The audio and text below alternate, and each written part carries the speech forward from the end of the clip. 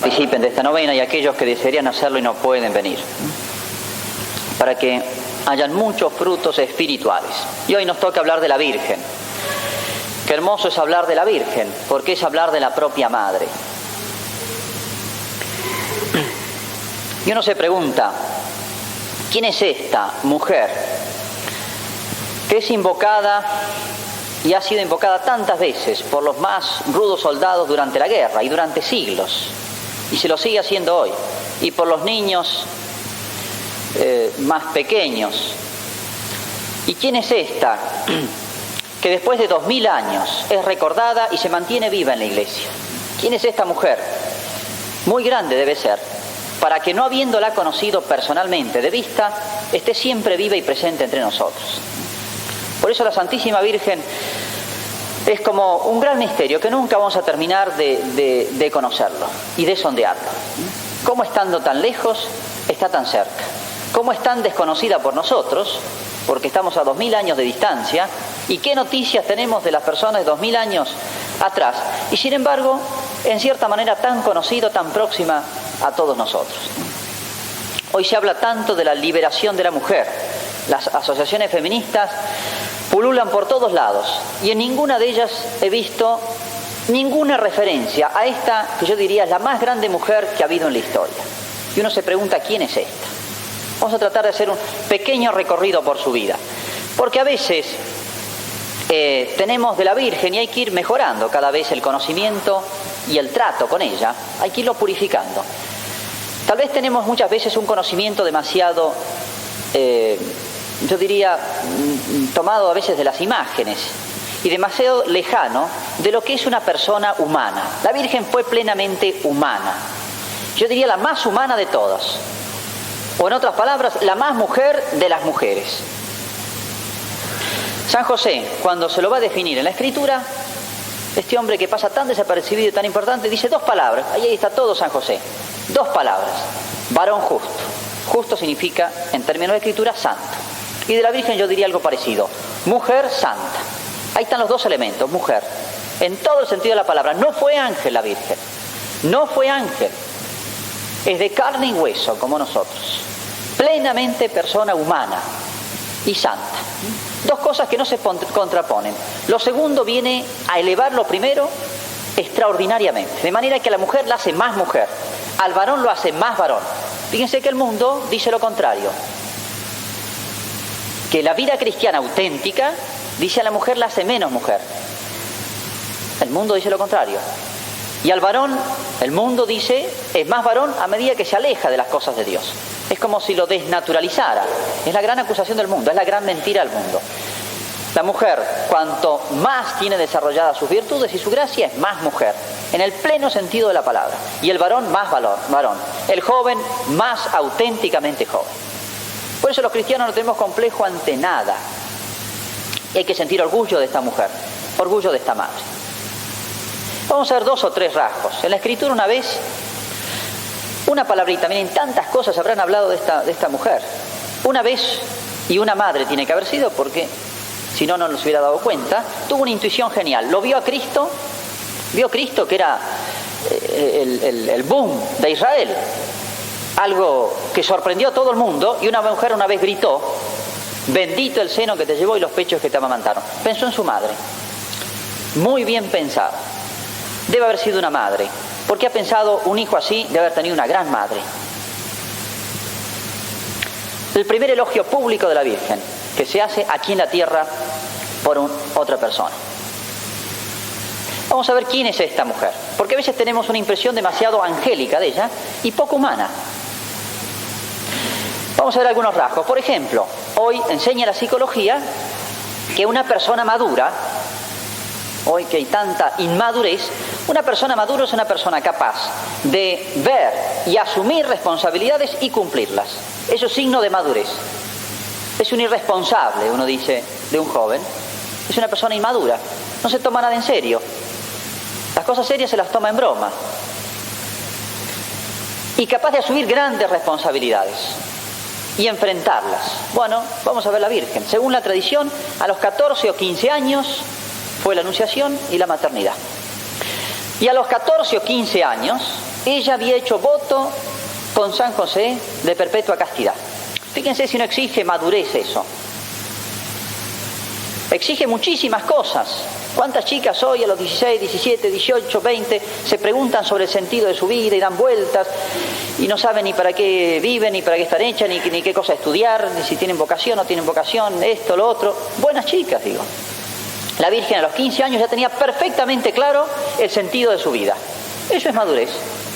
Si le hubiéramos hecho un test a la Virgen, hubiera sido la sorpresa de los psicólogos. Mujer, a los 15 años. Tener esa claridad. No solamente eso, la maternidad, imagínense todo del Espíritu Santo. Fíjense el diálogo de ella con el ángel. Qué fluidez, y realmente es un encanto. Se les parece un ángel. Cualquiera de nosotros se muere quedaría tartamudeando. Los más antiguos escritores eclesiásticos hablan de que cuando la caridad, cuando el trato con Dios por la oración está maduro, ha crecido y se ha desarrollado, llaman con una palabra a esa familiaridad que se adquiere con Dios. La llaman, es un término raro, pero no importa, se llama parresía. Dicen, los más grandes santos, pero esto exige años de madurez, están hablando los monjes, los grandes monjes, los más grandes santos de la antigüedad, aparece esa familiaridad con Dios. El diálogo, esas son 3 frasecitas, el diálogo de la Virgen con el ángel, que venía de parte de Dios, está bien claro eso. Fíjense esa familiaridad con un representante de Dios. ¿Cómo podrá hacer esto si no conozco varón, etcétera, etcétera? Hágase en mí según tu palabra. Fíjense, miren qué interesa. Capacidad de decidir. Ay, no más, no dijo, bueno, lo voy a pensar, a ver, tengo que preguntar, me deja consternada esto. Fíjense qué capacidad de decisión, qué fluidez del diálogo, trato familiar con Dios. Ya era realmente madura psicológica y espiritualmente. Le era familiar el trato con Dios, a los 14 o 15 años. Y viene la maternidad, y uno dice, bueno, momentos de gozo, los ángeles la llevan para aquí, para allá, vive entre nubes, nada de eso. La virtud, enseña el cristianismo, la virtud es, la palabra misma significa, y tiene el mismo origen que la palabra varón, significa vigor, capacidad, fuerza, ¿para qué? Para obrar bien. Todas las obras buenas cuestan. La virtud, y hay un montón de virtudes, son más de 50, es ese vigor del alma para obrar bien. Todas las obras buenas. ¿Cómo nos cuesta obrar bien? Si fuéramos más virtuosos nos costaría menos. Aquí aparecen desplegados en las pruebas a la Virgen las virtudes extraordinarias de ella. Estaban como escondidas. Es como un alajero la Virgen, como una que esconde una joya. Pero por ahí Dios nos las dejó ver, destello de esa joya. Ahí está, el diálogo con el ángel. Viene la maternidad y uno diría, bueno, todo rodeado de momentos de gozo, fáciles, todo lleno de milagros, puros milagros para abreviarle dificultades. Todo lo contrario. Dios no pensaba así. Pruebas. Apenas embarazada, su prima Santa Isabel también, ella está más adelantada, van a llegar los momentos del parto, con premura, dice. Se enteró de lo de Santa Isabel, se olvidó de ella. No empezó ahora que todo el mundo la sirva, que la rodee porque ella está embarazada y es del Espíritu Santo y que todo el mundo la rodee. Cuidado, es todo lo contrario. Fue a ayudar a su prima Santa Isabel y al parto. No era una mujer inútil la Virgen. Sabía hacer las cosas de la casa tan bien que fue a ayudar, no fue a hacer una carga de Santa Isabel. Fue de partera. Y a hacer los trabajos de la casa que Santa Isabel no podría con las cuestiones del parto de ella. Fue de ama de casa, fue de partera. Más de 10 días de viaje. ¿Qué mujer? Tenía 15 años. Cualquier mujer que sabe lo que son los trabajos de la casa, lo que sabe lo que es un parto sin clínicas y todos los médicos y ahora y adelanto de la ciencia, verá lo que fue la Virgen. Se olvidó de sí misma. No pensaba que todo el mundo tenía que servirla. Y llega el momento del parto de ella. Isabel tuvo ayuda y ella a una cueva. San José no cuenta la Escritura más que la presencia de San José. Tuvo que arreglárselas casi sola, olvidada de todos. Y ella se quejó, se rebeló contra Dios. ¿Cuántas veces las más pequeñas pruebas? Yo tengo derecho, ¿por qué Dios me trata así? Yo he ido a misa los domingos, esto, lo otro. De adentro nos nace todo eso. Ella callada, asumió sus responsabilidades en la maternidad. ¿Quién era ella? ¿A quién iba a tener? Y todo, la misión grandiosa, y sin embargo, podría haber reclamado a Dios, no es justo. El rey de toda la creación va a nacer en estas condiciones. Como ella supo descubrir, fíjense, qué capacidad para descubrir la voluntad de Dios en el edicto del César. Hizo ese viaje ya grávida, próxima a dar a luz, y lo hizo. ¿Qué capacidad de visión, de palpar y de descubrir la voluntad de Dios, aunque fuese difícil, de enfrentarla? Qué claridad, qué lucidez en sus decisiones, qué capacidad de decidir. Qué mujer la Virgen. Cuando se pierde Jesús en el templo, te buscamos con angustia. Qué delicadeza. No es un reto. ¿Por qué nos has hecho esto? Es una pregunta, como al ángel, ¿cómo será esto? No es una mujer tonta, que no entiende nada y obra ciegamente. Pregunta a Dios. No es la pregunta de Zacarías. Mi mujer ya es anciana. Ahí sí Dios se molesta. Es una pregunta dudando y queda mudo. La Virgen no pregunta dudando, pregunta investigando, pregunta profundizando. Ella quiere profundizar en las cosas de Dios. En esa época, claro, las mujeres no estudiaban, no había universidad, pero realmente es una doctora la Virgen. Hoy diríamos, mucho más inquietudes que una universitaria, muchísimo más. Pregunta sobre las cosas más grandes que hay. ¿Qué inquietudes? ¿Por qué nos has hecho esto? No lo reta, quiere profundizar, quiere aprender de todo. Y cada prueba que la Virgen sufrió, y miren, se sufrió pruebas, y cuántas no cuenta la Escritura, ella fue creciendo en la vida espiritual. Todo fue creciendo. En todas las ocasiones. Miren, los teólogos dicen, pero esto es una reflexión que se hace después. No es que le atribuyamos cosas caprichosamente a la Virgen para rodearla de regalos. Le atribuimos todas las virtudes como para hacerle un regalo a nosotros. No. Esto lo han descubierto los santos en la Virgen. Dicen que la Virgen no solamente no hubo pecado mortal, no solamente no hubo pecado venial, no solamente no hubieron intenciones torcidas, interiores, sino que en ella todos los actos fueron buenos. Y fueron heroicamente buenos, magníficamente buenos. Y eso lo puso ella con su querer. En todo momento y en todas las cosas. Siempre dijo a la voluntad de Dios, hágase y de la mejor manera. ¿Y qué pruebas? Y cuando nace el chico, la huida a Egipto, una vez ve las estampitas, la fiesta de los Reyes Magos, y ve las estampitas del burrito, y qué bonito el burrito, y las palmeritas, y San José llevando el burro, y la Virgen sentada, esos cuadros hermosos que nos ha dejado la tradición. Y nada más, ahí nos quedamos. Pónganse en su lugar, pregúntenle a las personas que han estado en la guerra, pero en la guerra en serio, donde se arriesga la vida cada día, no se acueste, no sabe si un bombardeo. Pregúntenle a las personas que han estado en la guerra mundial, en la última, una guerra en serio, donde se arriesgue la vida. Y ella, el rey, buscaba con sus tropas a una frágil familia.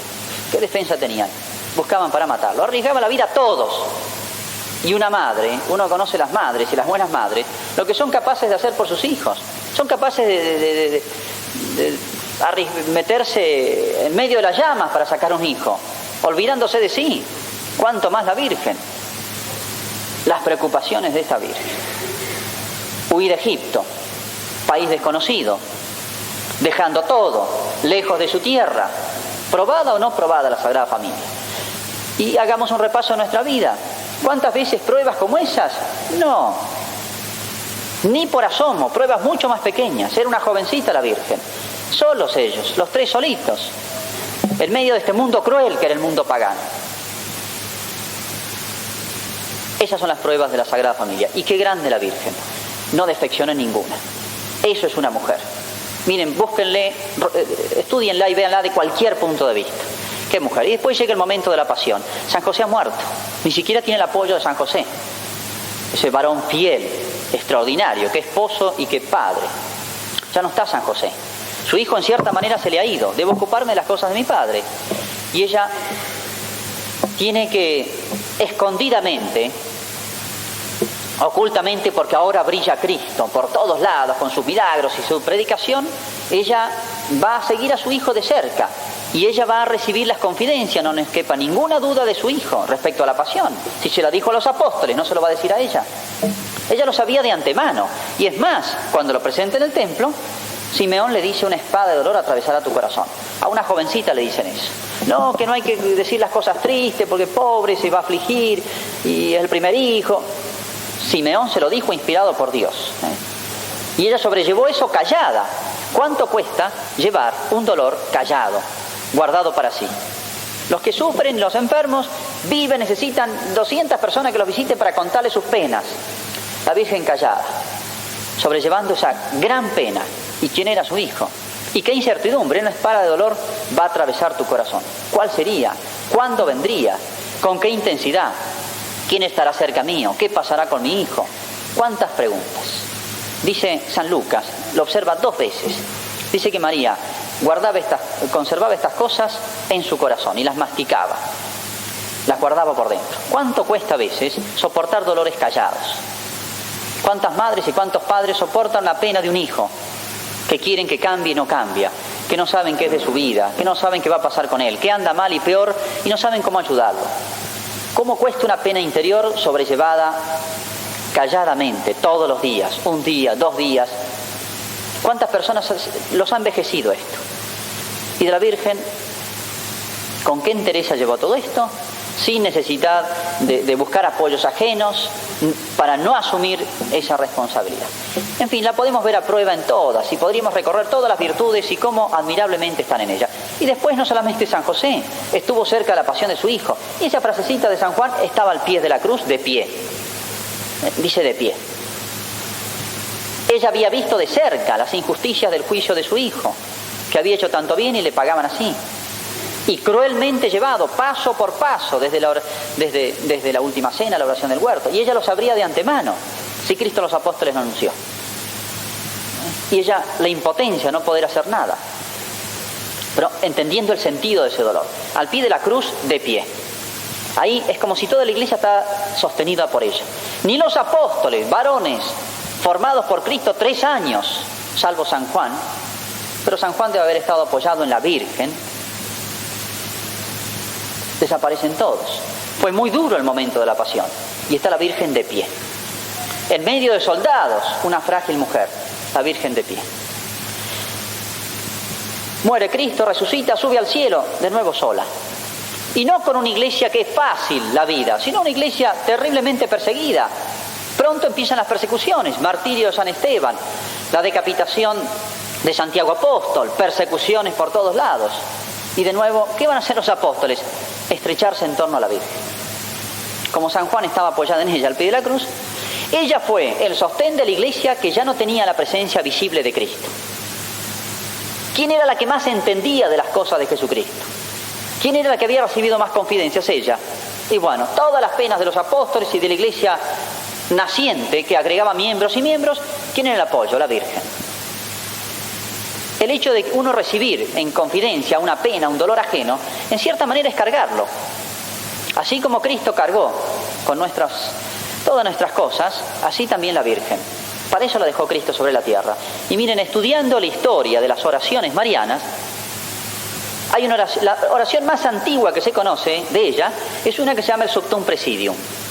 Bajo tu amparo nos acogemos, Santa Madre de Dios, que uno lo ha aprendido de niño. Esa es la primera oración que se conoce. Es la primera oración que inventó la Iglesia cuando la Virgen ya no estuvo en la tierra.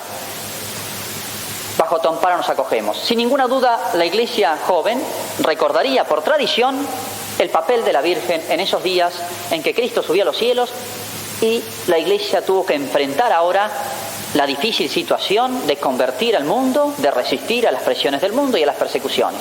Y la Virgen sos apoyo.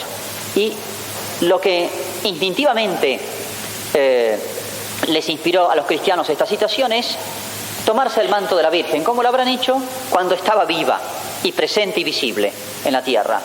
Bajo tu amparo nos acogemos, Santa Madre de Dios. Bajo tu amparo. La Virgen habrá sido el amparo de la Iglesia naciente. ¡Qué mujer extraordinaria!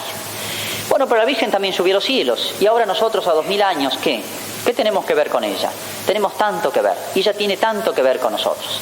Todo lo que demostró con Jesucristo y la Iglesia naciente, lo sigue demostrando ahora. Y en primerísimo lugar, La Virgen es madre. Es el título que más le gusta a ella, porque es el título más femenino que existe. La vocación de la mujer, por su estructura física, psicológica, todo es la maternidad. Y fue la última palabra que pronunció Cristo en la cruz sobre ella, madre. Aquí tienes a tu hijo, aquí tienes a tu madre. Es lo más grande de la vocación de la mujer. Y la Virgen es mujer, mujer. Por eso su título de madre es el que más le gusta. Y se llena de entusiasmo cuando rezamos un Ave María y recordamos su maternidad divina. Y la salve, Dios te salve, Reina y Madre de misericordia. ¿A qué mujer, a qué madre no le gusta que le invoquen con ese título? Madre en serio y madre viva. Santa Teresa, cuando tenía solo 14 años, muere su madre. Así nos educa Dios, así nos educa Dios. Muere su madre. Después que la entierran, dice que, como pasa siempre, al día siguiente vio el vacío de la casa. En el momento de la muerte, del entierro, todo, en fin, uno está como... tiene su cuerpo visible, por lo menos, pero después viene el gran vacío. Después se toma conciencia y se nota la ausencia. Dice que ella sintió la ausencia de su madre y era un peso que no podía soportar. Instintivamente, movida por Dios, fue corriendo hasta la iglesia, se arrodilló delante de una imagen de la Virgen, muy querida para ella, y eso lo cuenta ella en su vida. Y dice estas palabras: me acuerdo que cuando murió mi madre, como yo comencé a entender lo que había perdido, afligida, me fui a una imagen de Nuestra Señora y le supliqué que fuese mi madre. Y lo hice con muchas lágrimas. Imagínense cómo estaba su alma. Paréceme que aunque lo hice con tanta simpleza, me ha valido, porque conocidamente he hallado a esta Virgen soberana en cuanto me he encomendado a ella, y en fin, me ha tornado así.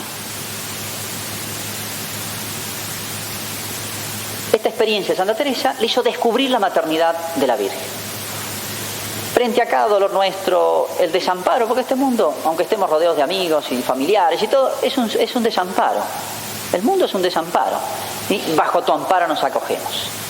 Dios a veces nos hace ver ese desamparo, esa especie de orfandad, si no está ella. Y uno piensa en los protestantes. A mí me hiere la sangre pensar en los protestantes que tienen la Biblia, por lo menos, y en tantos otros cultos de hoy. Y la secta Múnich, qué sé yo, todo esto. Todos estos cultos nuevos que están apareciendo, esotéricos, no esotéricos, es una avalancha de cultos. ¡Qué orfandad! Y el hombre no puede vivir solo. ¡Qué orfandad! ¡Qué tesoros que tenemos nosotros al tener la Virgen, madre, viva, presente, cerca! De Cristo se dice, siempre vivo para interceder por nosotros. Y de la Virgen exactamente lo mismo, siempre viva para interceder por nosotros, siempre viva, siempre pendiente de su Hijo, cuando estuvo en la tierra. En todo momento, en las pruebas, en los momentos más importantes, así igual con nosotros. Siempre viva para interceder por nosotros. Te buscamos con angustia. No lo escuchamos decir, pero no quepa ninguna duda de que es así. Nos lo dice la fe, y punto. Te buscamos con angustia. Cuando nosotros nos olvidamos de ella, dejamos pasar tiempo, la tratamos con cierta frialdad, nos busca con angustia como buscaba a Jesucristo. Virgen Madre, cuánto le alegra a ella la maternidad. Madre afligida. Ella está pendiente de las cosas de la tierra. En la cuarta aparición de Fátima, la de agosto, cuenta Francisco, uno de los chicos que me acabo de enterar que terminó el proceso de beatificación. El Papa calculan que lo va a hacer en un viaje a Portugal, no sé cuándo es, de acá a unos meses, la beatificación de los dos chicos, Jacinta y Francisco, los dos que murieron enseguida. Es hermosísima la vida de ellos. Bueno, cuenta Francisco que le impresionó porque la Virgen dice que hablaba con un tono natural y gozoso, todas las apariciones, pero dice que por ahí, en la cuarta aparición, dice, cambió su rostro y la vimos triste. Y dijo, rezad mucho por los pecadores porque son muchos los que van al infierno, porque no hay quien rece por ellos. La Virgen está triste. Esto impresionó tanto a Francisco que todo el resto de su vida, aunque era un chico, tenía 8 años, era un niño, entendió esto. Hay que ver la cantidad de sacrificios y no perdía tiempo para rezar en otra cosa, sino en rezar y rezar por los pecadores. Su alma quedó como absorta y contagiada de ese sentimiento de la Virgen. La Virgen está triste. Está en el cielo la Virgen, pero está tan embebida de las cosas nuestras, no es ajena a nuestras cosas, está tan embebida a lo nuestro que en esa especie de momento, instante en que Dios nos dejó ver los sentimientos del cielo, en la Virgen, en Fátima, con su aparición, la Virgen está triste. La Virgen no puede conformarse con el mundo como anda. La Virgen tiene esa lucidez de la fe, la mirada de Dios, que siente horror del mal. Nosotros nos hemos, de tanto vivir pegado, y lo tenemos pegado encima al pecado y a los desórdenes y al mal, nos hemos acostumbrado. Demasiado nos acostumbramos. Dios nunca se va a acostumbrar a lo que es el mal, porque es el suicidio de la criatura. La Virgen menos. La Virgen está triste. Y está triste con nuestra vida, porque no es como debiera ser. Y está triste con los desórdenes, los olvidos, la pérdida de la fe, el alejamiento y enfriamiento de la vida cristiana, de tantísima gente, en pueblos cristianos, en nuestra Argentina, en nuestro barrio, en la parroquia, en nuestra familia, en todos lados. La Virgen está triste. ¿Cuántas cosas hicieron estos chicos cuando entendieron y se contagiaron de esos sentimientos de la Santísima Virgen? Van muchas almas al infierno. Ahí están las preocupaciones de la Virgen, la salvación de las almas. Madre afligida, pero madre consoladora. Si Cristo dijo, venid a mí que yo os aliviaré, la Virgen dice lo mismo, venid a mí que yo os aliviaré. San Luis María Griñón de Montfort, uno de los santos más enamorados de la Virgen, hizo obras maravillosas. Gran misionero, apóstol, transformó media Francia con sus predicaciones. Él dice que leyendo todo lo que se había escrito sobre la Virgen durante años, descubrió que a ella tenemos que tratarla así. Esta era la esencia de nuestro trato, lo que Dios quiere de nuestro trato con la Virgen. Así la ha puesto Dios, no es un invento de ella. Que le entreguemos todo a la Virgen. Nuestras preocupaciones, cuántas cosas nos aflige el pasado, nos aflige el futuro, nos aflige el presente, cosas del cuerpo, la salud, del alma, cosas propias y de nuestros seres queridos, de nuestra patria. Estamos llenos de cargas, de pesos que nos doblan, porque son demasiado grandes para nosotros. San Luis María nos dice, es muy sencillo, si lo hiciéramos como Dios quiere, venid a mí los que estáis cansados y agobiados. Lo repite la Virgen textualmente. ¿Qué hay que hacer? Descargar sobre ella nuestras preocupaciones. Transferir a ella nuestras preocupaciones, con la confianza de un hijo. Como un chico, no se preocupa si está la comida o no, de prepararla o no. Él va y pregunta a qué hora está y va a comer. La cama está preparada, en invierno tiene abrigo, en verano tiene lo necesario. Un chico, un niño, vive despreocupado en los brazos de su madre. Las preocupaciones son de la madre, no de él. Necesita una cosa, la pide. Le duele algo, llora. Un niño es así. Esta relación tenemos que tener con ella. Pero eso hay que cultivarlo y hay que hacerlo crecer. Madre afligida, madre consoladora y finalmente madre intercesora. Se cuenta de la época de San Francisco de Asís que Fray León, un hermano de los franciscanos, compañero de San Francisco, un día vio una gran escalera, un campo donde estaba el juicio, y arriba Cristo con San Francisco, una gran escalera roja. Y San Francisco desde arriba llamaba a sus hijos. Y trataban de subir, pero primer, segundo escalón y caían, tercero, cuarto. Los que más llegaban eran apenas unos escalones y caían al suelo.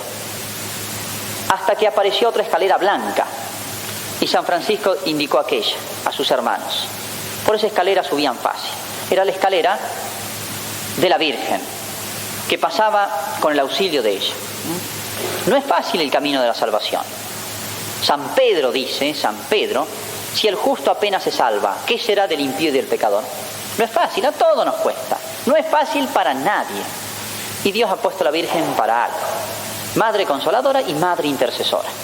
Si descargamos sobre ella nuestras preocupaciones y la invocamos como mendigos, como hijos, es lo que más desea ella.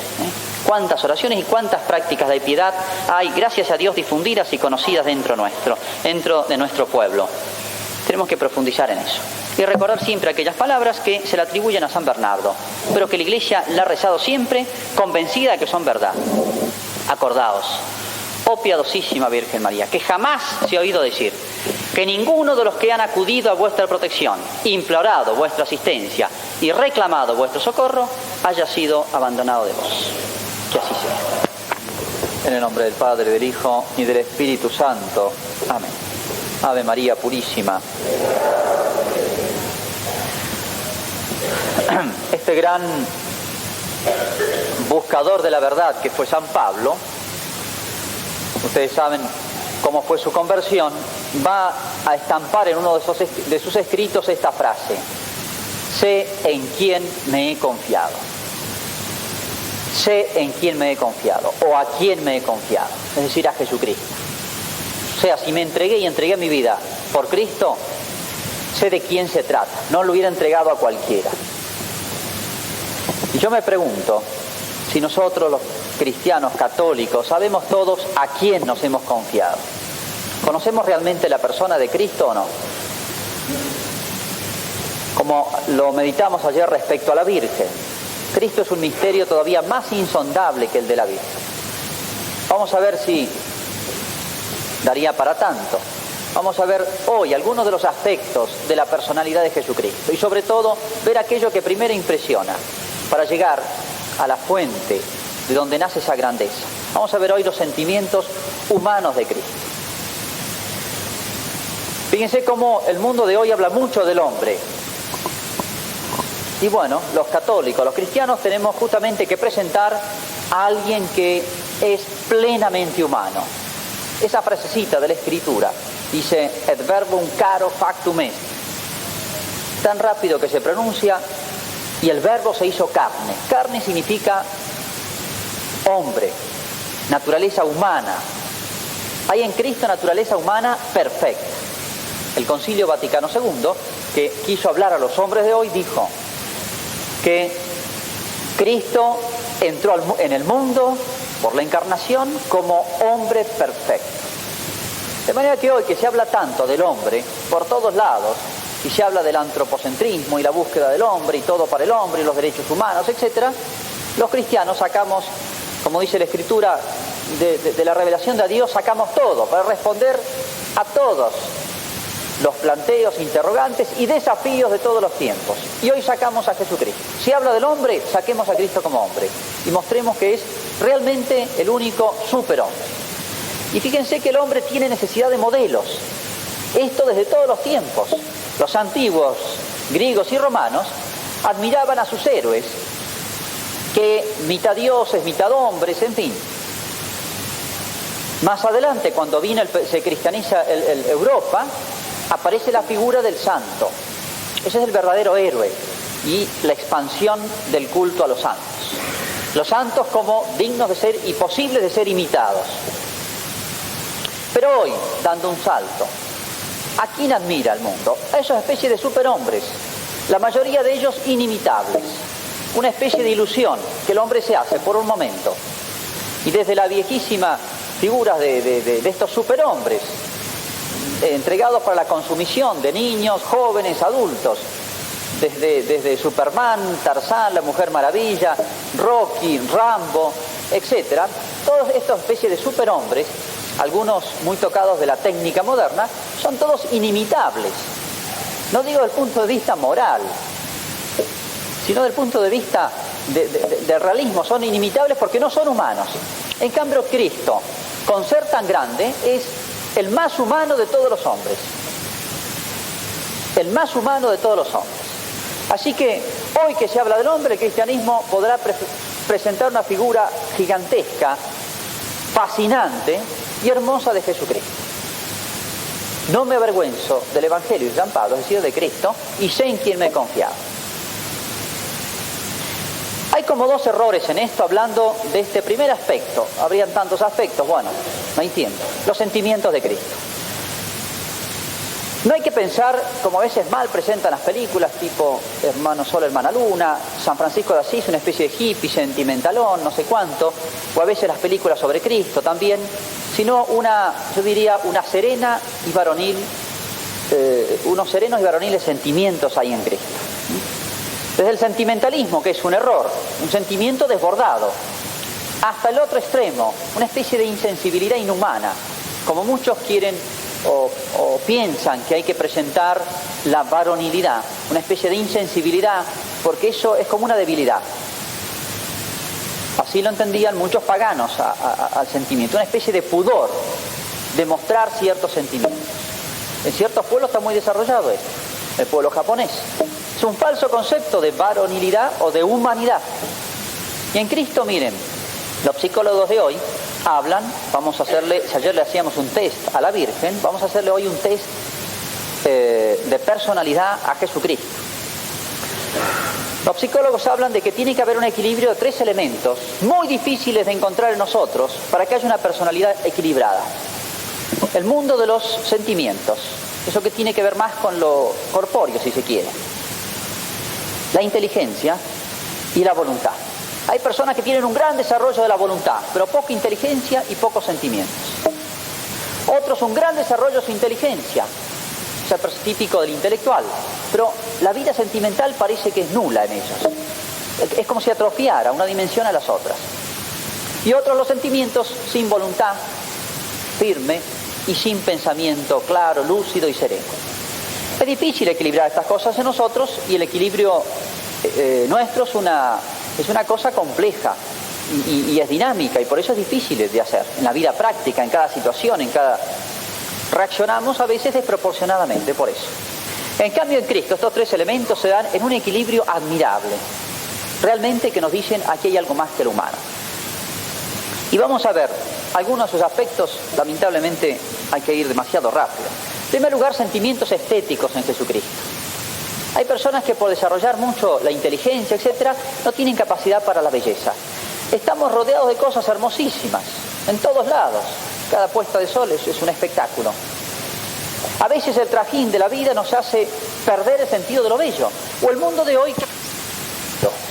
Entonces, lo funcional, las sillas que sean funcionales o no, las mesas, las casas, todo es funcional. Funcional, y hemos perdido, por buscar lo funcional, el sentido de la belleza. Se ha perdido muchísimo. Un tema hermoso y largo. Y en Cristo, fíjense, con todo el trajín que tenía, porque no tenían ni tiempo para comer, era capaz de extasiarse ante los lirios del campo. Y hizo esa descripción hermosísima, cómo se visten los lirios del campo, ni los reyes se visten así en los palacios. Se ve que había contemplado, y en estos chispazos, en esos relámpagos se ven, la belleza de las flores del campo, tantas veces que los atravesaba, y teniendo tanto que hacer, sabía verlo. No todos podemos tener, y uno lo tiene atrofiado, como todos los tenemos atrofiados, esa capacidad de ver la belleza. Sentimientos estéticos, sentimientos humanitarios. Lo vemos Cristo en acción, por ejemplo, frente a los niños, frente a las personas sencillas, las personas importantes, que de golpe todo el mundo las aclama, y uno podría ver tantos ejemplos del mundo de hoy, se sienten, cultivan su amor propio, su orgullo, su grandeza, y pierden la sensibilidad, o aquel que tiene, o por tener mucho dinero, etcétera, se pierde fácilmente la sensibilidad hacia la gente que no le va a dar lustre, ni importancia, ni prestigio, los niños, la gente sencilla, los pobres. Fíjense en Cristo, aclamado por todo el mundo, y sin embargo supo dar lugar, tiempo, preocupaciones a gente que no le podía aportar nada. Cómo supo observarlos, y a veces en medio de multitudes. Dejad que los niños vengan a mí. Era una persona que era capaz era un imán para los niños. Se ve que él los recibía bien, sabía entenderlos. Cómo se hacía todo para todos, como dirá San Pablo más adelante. Sentimientos humanitarios, aún siendo una persona que había adquirido una fama extraordinaria en Israel, supo inclinarse no por proselitismo, porque no esperaba hacer ninguna elección, ni ninguna campaña política estaba haciendo, sino simplemente porque le nacía de dentro. Sobre todo sensibilidad ante el dolor ajeno, que también es fácil perderlo. Sensibilidad ante cualquier clase de dolor. Y por ejemplo, la viuda de Naín había perdido a su hijo, único hijo. No es que lo fuesen a buscar y lo obligaran. Él pasaba y vio eso, y se conmovió. Y primero se dirige a la madre: mujer, ¿por qué lloras? Vio el dolor de la madre, y ahí ese es el milagro de la resurrección. Iban camino al cementerio. Sentimientos humanos ante esta mujer. El ciego de Jericó. Dice que había una multitud enorme en Jericó, y había un ciego que gritaba, imposible escucharlo. Gritaba más fuerte y lo quieren hacer callar porque molestaba. Y Cristo dice, bueno, se olvida de todos los demás personas mucho más importantes y sin embargo escucha la voz de ese ciego. ¿Qué importancia tenía ese ciego en la ciudad de Jericó? Era un ciego limosnero y sin embargo Cristo deja a esa multitud y va a ver al ciego y le hace el milagro de darle la vista. Esos sentimientos ante el dolor ajeno, aún aquel que todos querían hacer callar, sin embargo eran los vecinos de él, parientes, etcétera, los que más tendrían que haberse compadecido, era el más necesitado. Los demás tendrían que haberlo llevado a Jesucristo. Sin embargo, nadie se acordó del pobre ciego. Y sin embargo, Cristo interiormente se condolió con él, la conmiseración. Es hermoso el caso también del siervo del centurión. Es un siervo, no era el centurión romano, el oficial romano, de ese destacamento militar que había ahí. Era el siervo de él. Y dice que en el camino, cuando va a curar al ciego que le pide el centurión, dice que era tal la multitud que lo apretaba por todos lados cuando fue aquel caso de otra curación milagrosa. Pero me interesa destacar esto. Era una multitud de gente. Y Cristo va a curar el siervo de un oficial, un empleado. Fíjense, Cristo no se dejó desproporcionar sus preocupaciones según la importancia pública, social, sociológica, en términos actuales de la gente, sino en las necesidades. Eso es lo que se llama misericordia. Corazón que se duele, que siente la miseria ajena como si fuera propia. Era el Verbo encarnado, era Dios y sabía inclinarse delante de un hombre que para el mundo de su tiempo era un nadie, un limosnero, un pobre empleado, un niño, una persona abandonada, que ni sus vecinos y conocidos lo tenían en cuenta. El Verbo encarnado los tenía en cuenta. Ante el arrepentimiento, ¿cómo se conmueve Cristo? Esa pecadora, es una mujer que tiene mala fama, todos se escandalizan, está comiendo, llega la pecadora y Cristo vio eso grande que hay. Cristo fue capaz de admirar la grandeza de las almas, la grandeza de un arrepentimiento que era capaz de vencer al respeto humano. Tirado a los pies de Cristo, no le restó importancia a todos los demás, incluso hizo un juicio muy duro sobre los demás y se fijó en la grandeza de esta alma que se había arrepentido de sus pecados. Capaz de admirar no solamente las cosas hermosas, sino, yo diría, la hermosura de la grandeza humana. O cuando se admira ante la fe del centurión, grande es tu fe. O aquella otra mujer cananea, una cananea en Israel era nadie, era como un perro. Por eso ella hace referencia, los perros comen las migajas que caen y Cristo se admira de la fe de la cananea. Cristo supo admirarse de aquellas almas grandes, el sentimiento ante la grandeza, eso que está tan apagado hoy. No se admiran los actos heroicos, el heroísmo de los santos.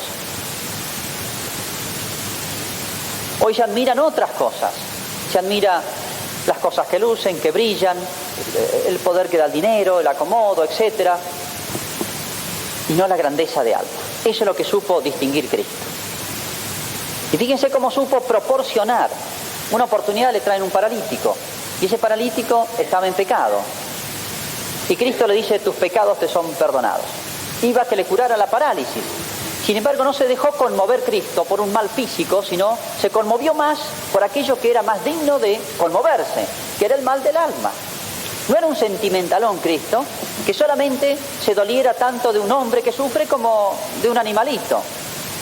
Hay personas que tienen tantos sentimientos hacia el perro, hacia el loro, el gato, como ante la gente que sufre, una especie de sentimentalismo tonto.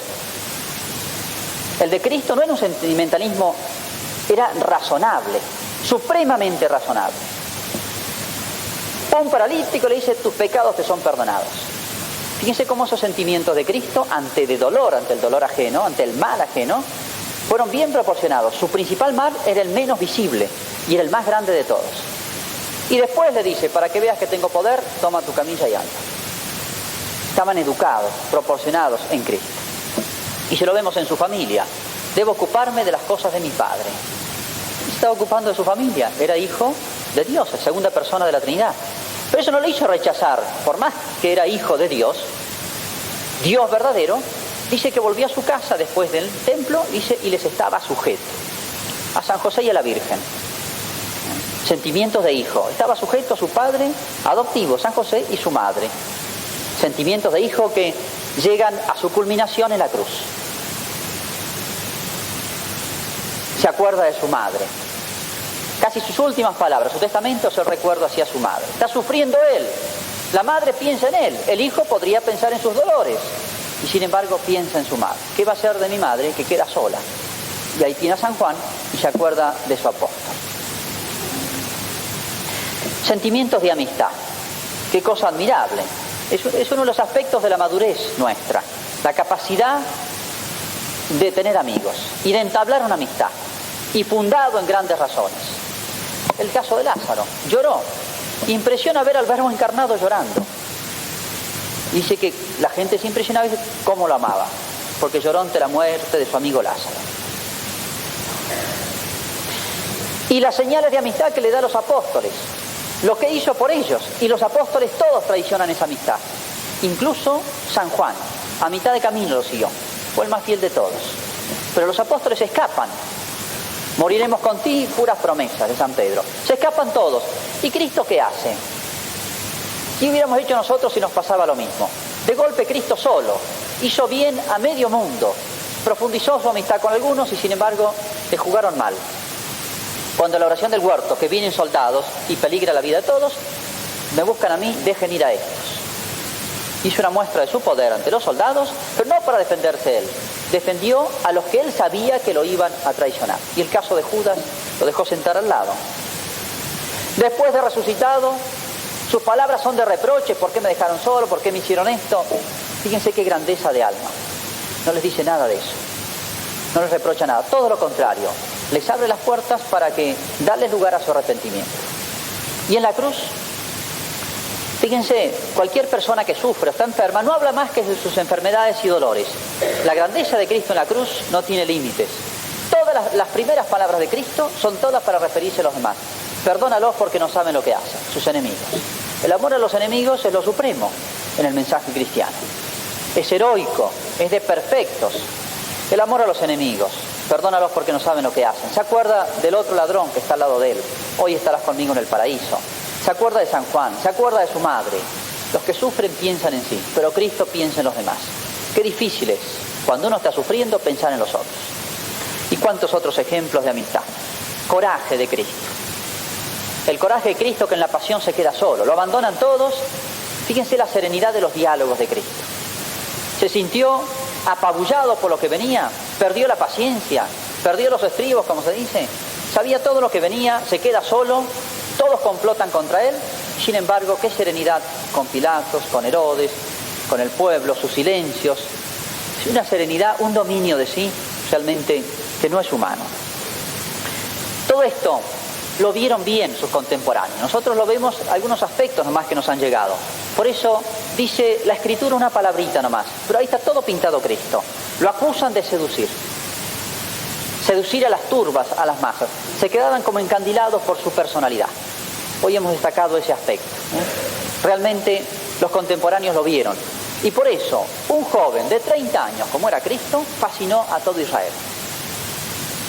No era una personalidad deforme, rara, estrafalaria, como han habido tantas en el mundo, que han tenido que esconder tantas facetas de su vida.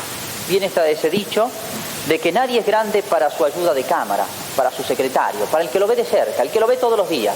Una cosa es salir al público 1 hora por semana y mostrar algo, fingiendo, haciendo teatro, preparándose.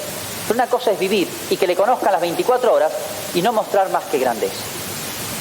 Qué grande los sentimientos humanos de Cristo. Por eso entendemos esas palabras de San Pablo.